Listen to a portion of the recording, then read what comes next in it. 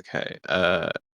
I Tavin's gonna try and angle the ship the bare minimum to dodge the ship directly in front of him and activate the minimum faster than light travel emergency jump. Andrea and Carrigan, you'll probably feel this more since you are currently making your way to whatever part of the ship you happen I'm to just be making. getting out of the bridge. Yeah. Well, you'll find yourself in a corridor. Yay! Literally. But as you all are kind of embracing the severity of what is happening, you all feel a slight shudder in the ship, and in an instant you feel the breath almost pulled out of your body as this overwhelming sense of pressure and emotion and feeling just encompasses you. Joshua, in this split second that almost feels as if it draws out for days, looking from the bridge, you just see these ships in front of you just in a flash of light disappear. And in that split second, you just come into darkness in space as you feel you are about to vomit. You are able to pull that back into your gut. There is a wave of nausea, more than you've even experienced in cryosleep. This is like one where even like your bones ache and your muscles ache, but it lasts only a few moments before you're able to push everything down and start getting your senses again. Carrigan, as this wave of pressure and emotion and this whirlwind of every part of your senses going haywire, you close your eyes, and almost in a blink, once you open them, you do vomit all over the corridor outside of the bridge, and you do have a pounding headache.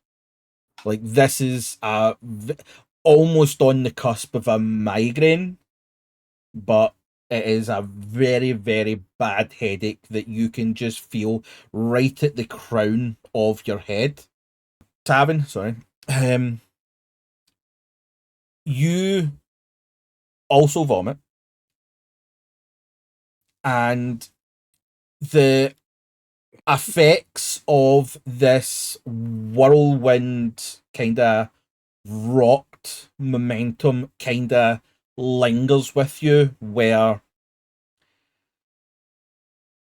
you're trying to look at your console and your computer, and everything just has that haze and blur. I will say for the next shift, which is counts as like 15 minutes in game time, you do have a -1 to piloting rolls and other agility and wits rolls. Andrea. Yeah. Just gone. You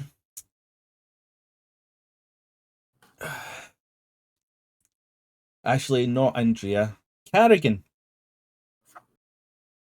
Oh. As this headache pounds just on the top of your head. You are able to bring yourself back to the focus as you turn to your right and you see an incapacitated Andrea lying on the ground, not moving. I'll unstrap and head over that way. Okay. You get over to them. Give me a medical aid. Medical. Watch me fumble this.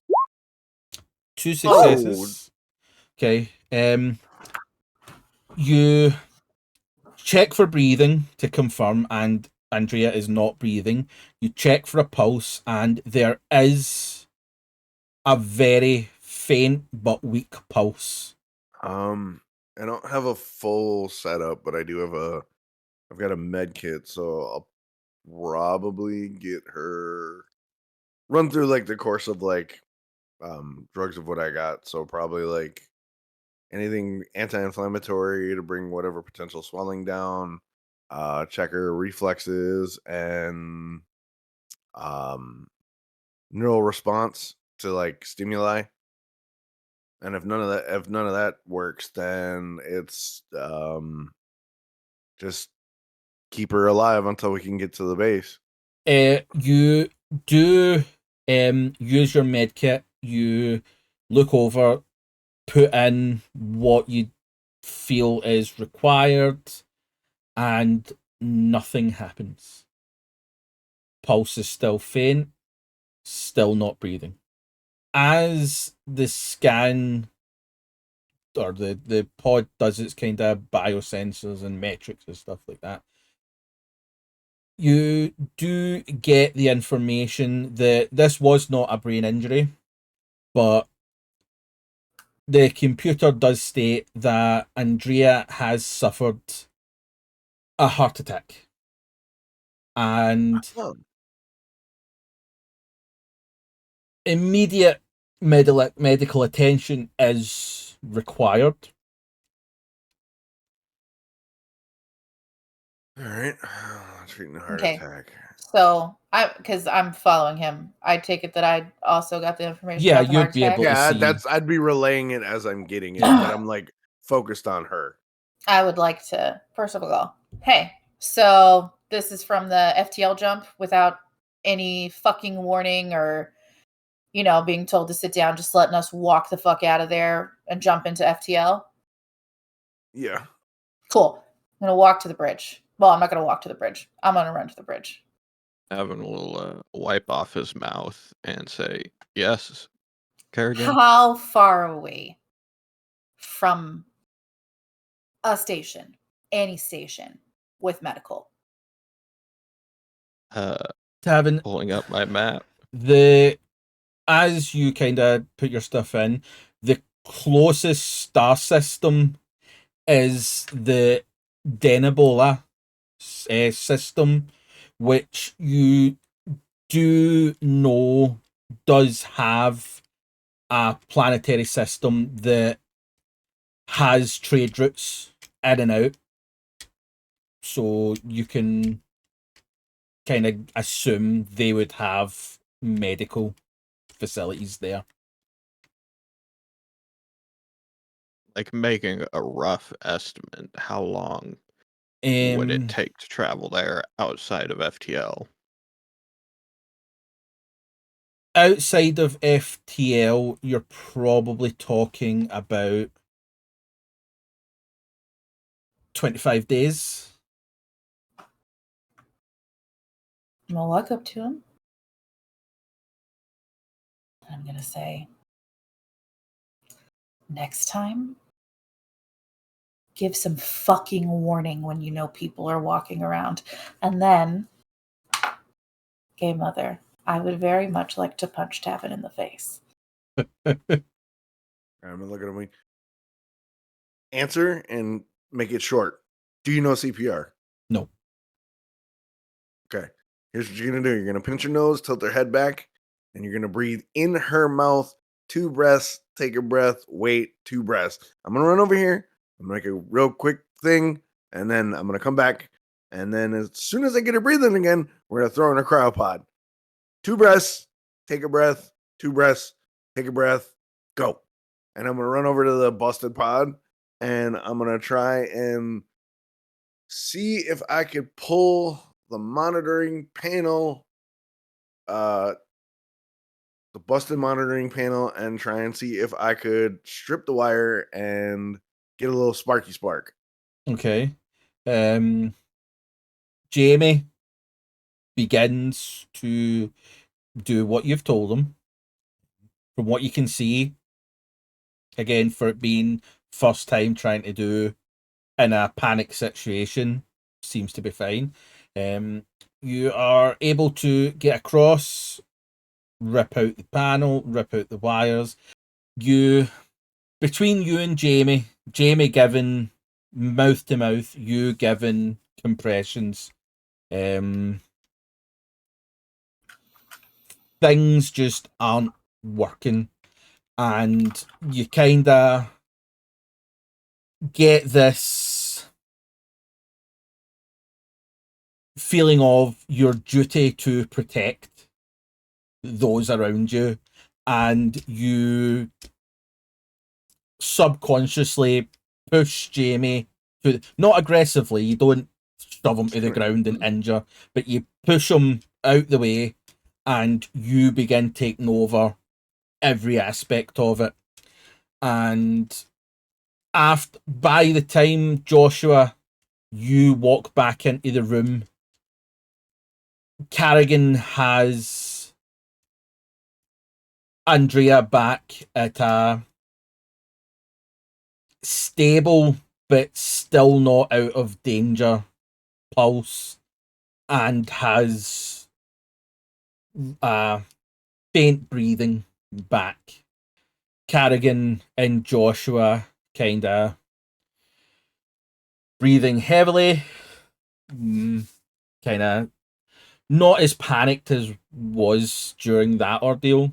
And Andrea in a pod, set up and doing what it should. And Jamie is sort of just not dazed, but kind of just sitting in the corner, kind of like, what the fuck just Yeah. happened? yeah.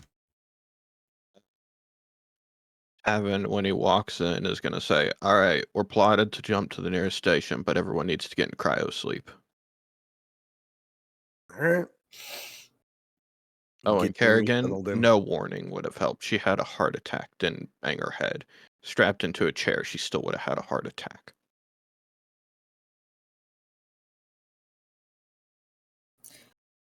You are not a doctor, and I'm pretty sure being unsecured and having no idea what was coming didn't fucking help. Hey, Joshua, you're a doctor. Would she still have had a heart attack? Tough to say. The initial shock of the jump could have done any number of things, but This I'm gonna isn't say, the fucking time. you're right. It ain't the time. So you, Captain Tight Ass, get in a cryopod, and Stick Jockey, get in a cryopod. We'll settle this shit when we get Andrea safe. Now, Well, move. I have to be the last to get in so I can trigger the jump. Yeah, no before. shit, Tavin. Just, you know what I mean. Quit fucking pissing contest to get in the fucking pod. We got shit to do. Tavin's gonna fly towards it, and when he gets within communication range, will send out a message saying, "This is the Marthaneer seeking emergency landing for medical emergency." Okay. Literally within 10-15 seconds, you get a reply message back to say you are clear to land within the spaceport. It gives you a kind of space number or a parking number, and it gives you information that atmosphere is breathable and stuff like that. Just the normal rundown of any kind of planet system for information that you would require so that you can disembark your ship. As you begin to kind of breach the atmosphere, everything kind of heating up that little bit, because this planet does seem to have an atmosphere. Like, this has a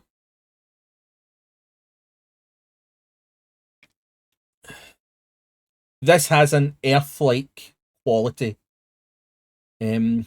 As you kind of come in close, you do see that the entire area that you can see from Martha is cloud cover, and it is grey cloud cover. Your radar picks up like a lot of like buildings and stuff like that, and it has the blip for the spaceport. You go through this cloud cover, and as you do, Martha begins to get hit with what appears to be heavy rain. Everything looks dull, not necessarily desolate. It's as you start kind of thinging in or coming in more, you do start to see neon lights and vibrancy, life. Walk over to Jamie and go, "So how you like space?" No.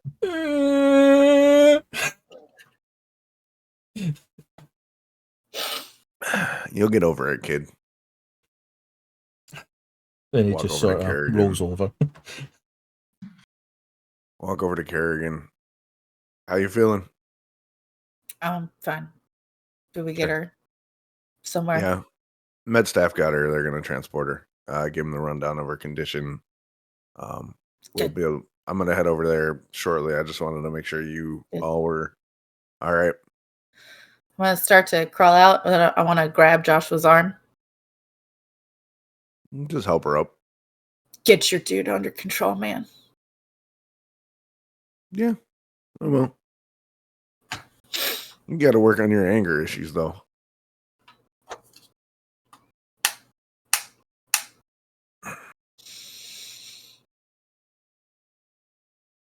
Good? On your Tell feet? me I'm wrong. Tell me I'm wrong.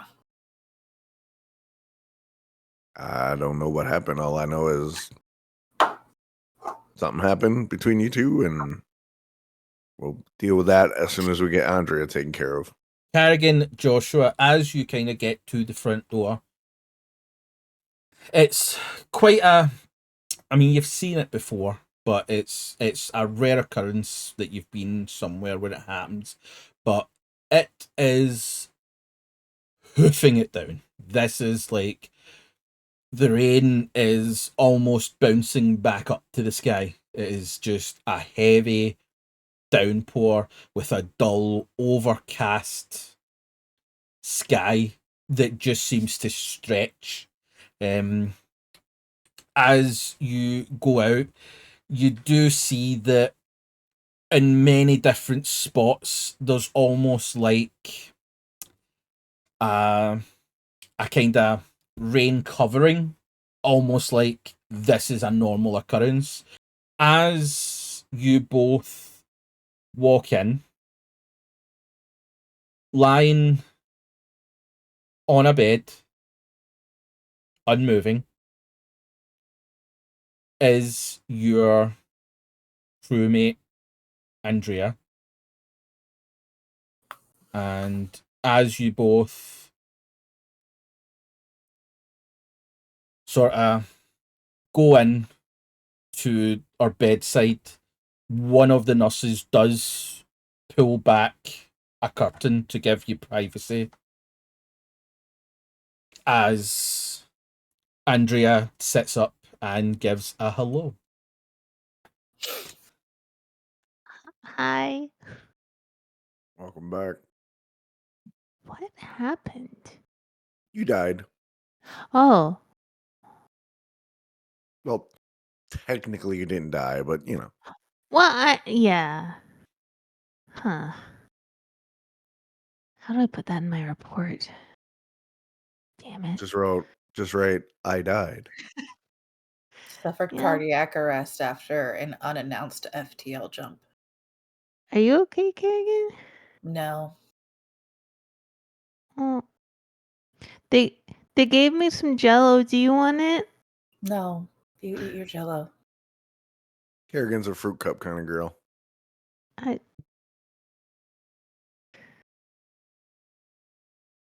Well, thank you guys for saving me.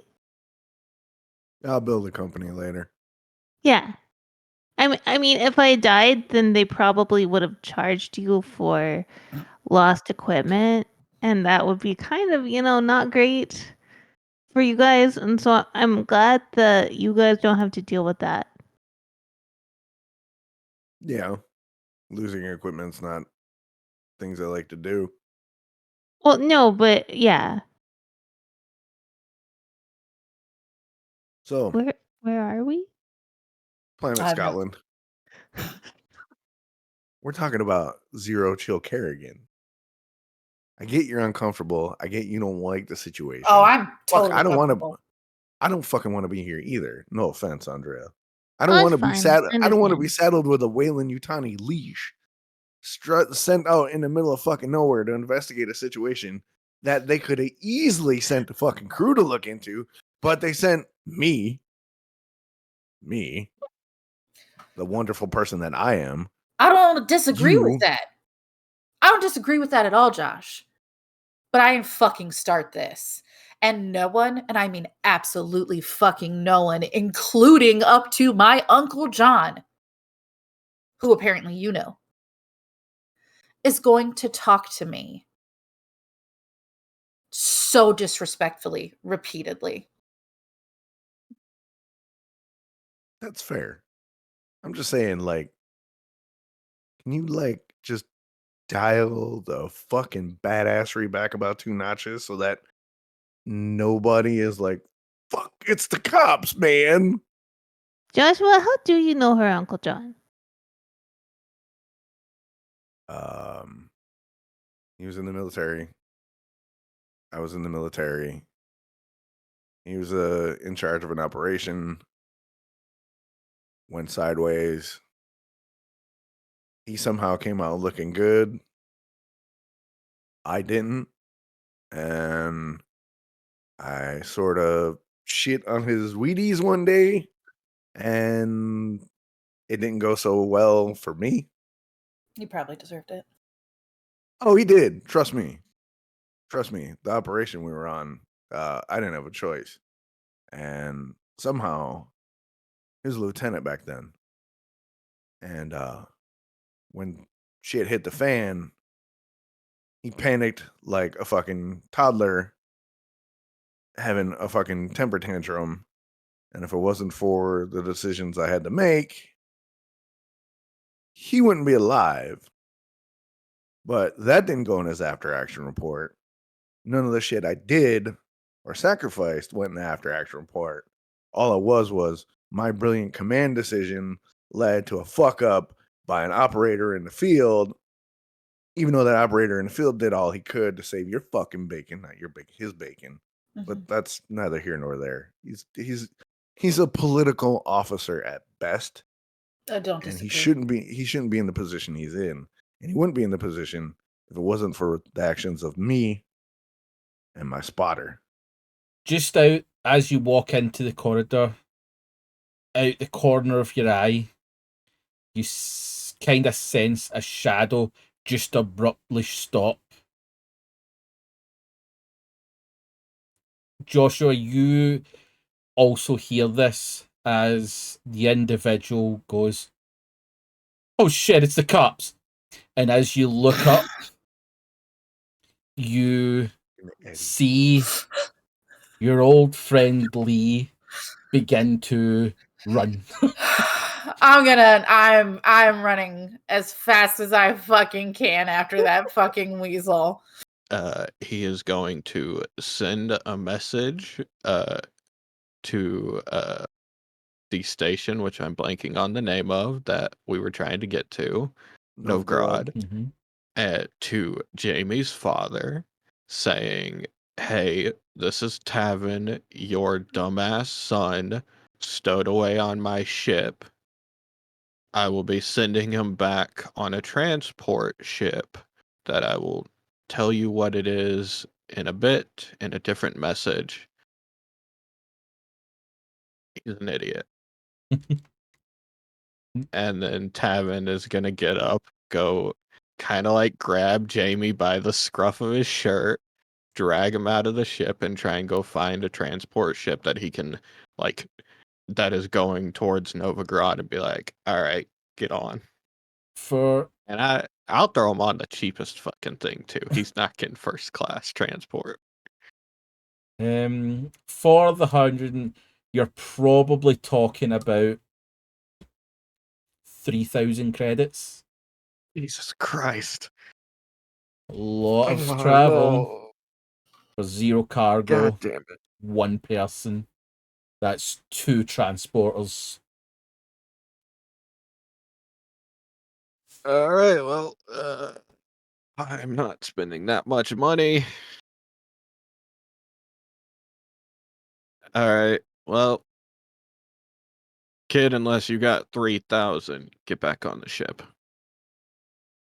It kind of does that pat of the pockets.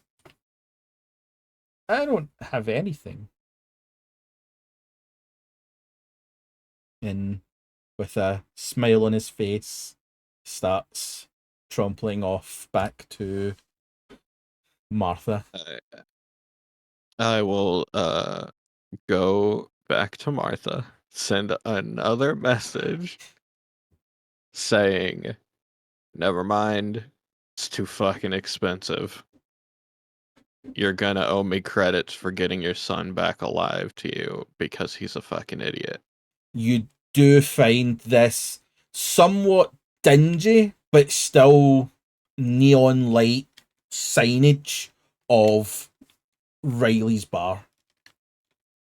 And you're able to go inside. It's not necessarily like full to the gunnels, but it is a somewhat busy establishment, and you're able to go and get yourself a drink. That's what he's gonna do. He's not gonna get a lot. He's not trying to get hammered, but, you know, this is alcohol. He can afford it. He's got cash. No problem. Well, what is your poison? Are you wanting the hard stuff, or are you wanting just the cheap stuff? Tavin, since he can afford it, is getting nothing but really fruity drinks that taste like candy. That is absolutely no problem at all. Riley's has everything. As you kind of find a seat, sit down, there is a button on the tables. Just a big red button that's flashing. And underneath it has the little sign that says, "Press me." Tavin's gonna press the button. Okay.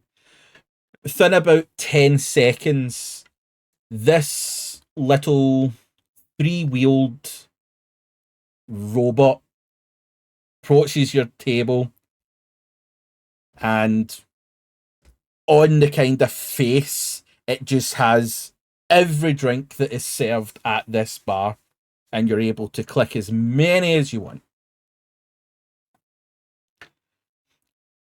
And as you do, robot speeds off almost like, and this is when you look out and you see that there's multiple of these robots just whizzing about, going to tables, going back to the bar, delivering drinks to tables, And within kind of a couple of minutes, your drink or drinks are brought to your table with a little beat bop robot goes off and your button begins to flash again for whenever you require your next drink. As you are in this motion of catching up, Lenny getting away, catching up again, it just gets to the point where the aggression that has built up over everything with Tavin, everything with Andrea, everything just going on, everything with your dad, everything with Bishop. It just is, and with this ferocity of a roar, you just yell out to Lee, and Lee sort of hesitates in their run, where they kind of look back towards you as if to try and gauge the distance. But it's at that point where your authoritative yell doesn't necessarily stop Lee, but Lee does take an almighty whack as you see this somewhat tall, average built brick shithouse of a man just clotheslines, just sort of appears out of nowhere and just takes Lee out of the game. Lee is still very confused, dazed, kind of looking around, giving out little groans. What are you doing, bud?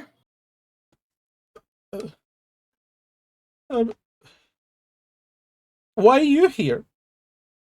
Why am I here? Well, you know that shit that you brought onto my station? Well, Weyland-Yutani sent out some people. Turns out that shit came from a station and a bunch of people are crazy. And it's just been an absolute shit show. So what are you doing here? And where in the fuck did you get that shit from, Lee? I'm just trying to work. I don't know where this stuff came from.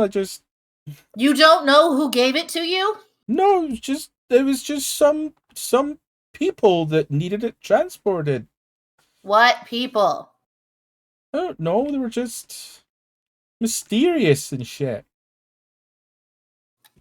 I don't know. So you just transported random shit out of the goodness of your heart without any type of communication or payment? No, they paid me. It's really all I need. And so who paid you, Lee? It was just a little credit transfer. Like, I don't keep paper trails. Why would I want that kind of shit? This is all in hand. You're fucking ridiculous. Yeah. I'd like to handcuff him. Be like, is there a marshal office? This guy brought dangerous materials to Novgorod. He may have brought them here. Well, Like, make people go fucking crazy type of dangerous, man. well, we don't really have any colonial officers here. Like, we don't run like that, but and they'll kind of Do you look have at Lee. any law here? We have law, but we don't have upholders of your law here. And he'll look at Lee. Yeah. Did you bring shit onto my planet? And Leo kind of have that kind of stuttering voice as he's trying to find the words. And you gotta kind of look at you and go, we don't have that kind of law here. But there is one way that we do deal with this types of people. And it's at that point he does bring out a pistol and aims it at the head of Lee. Hey now. Hey now. Hey now. Cause okay.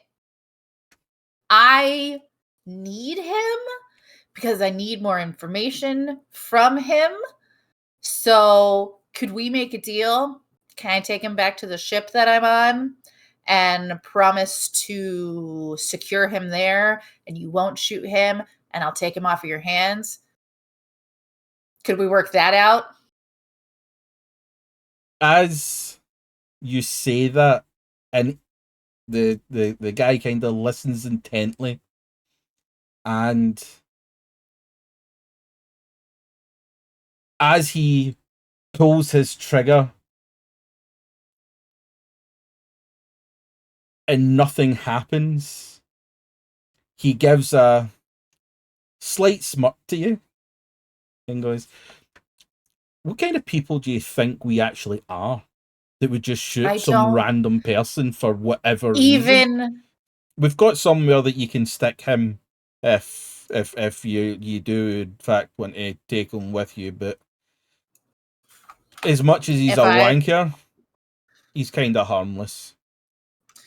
Well, he's not so harmless. He brought a chemical onto Novgorod.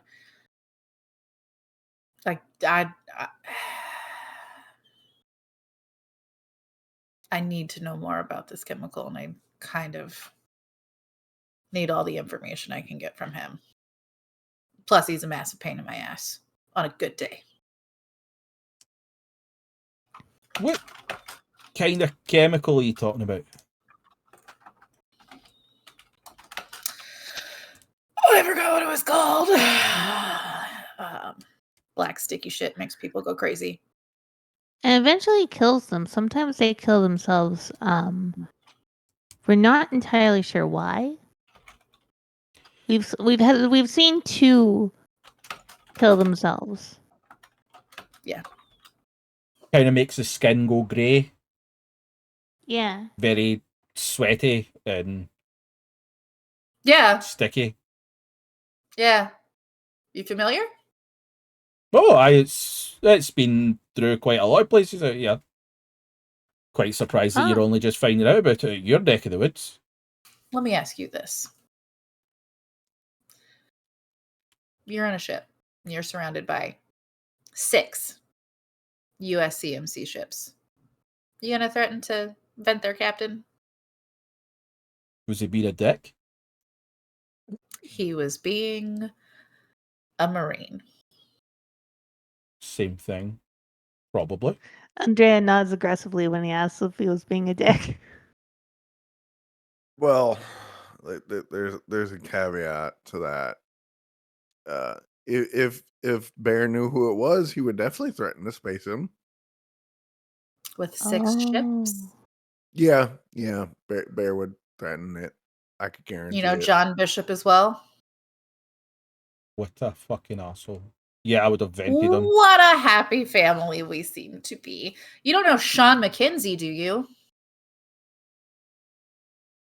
I've had encounters. You've had encounters. Yeah. Bad? Not all of them. He could put away his drink, but he seemed very...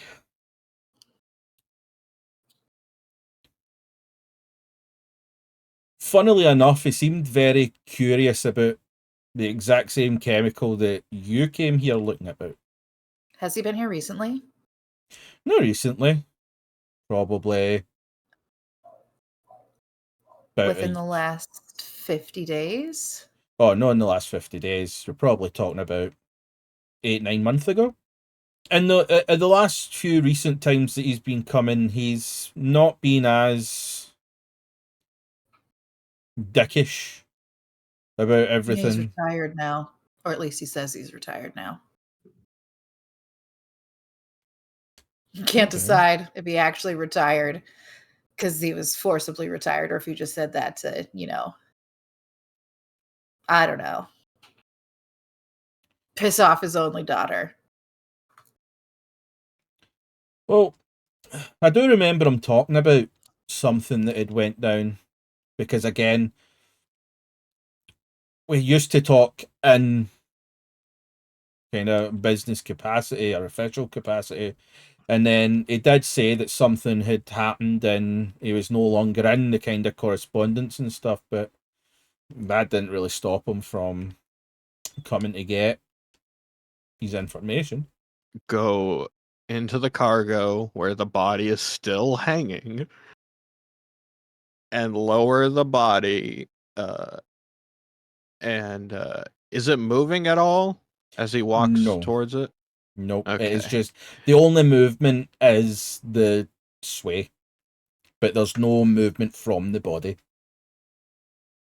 He's gonna lower the body and drag it over to one of the bolted down airtight crates.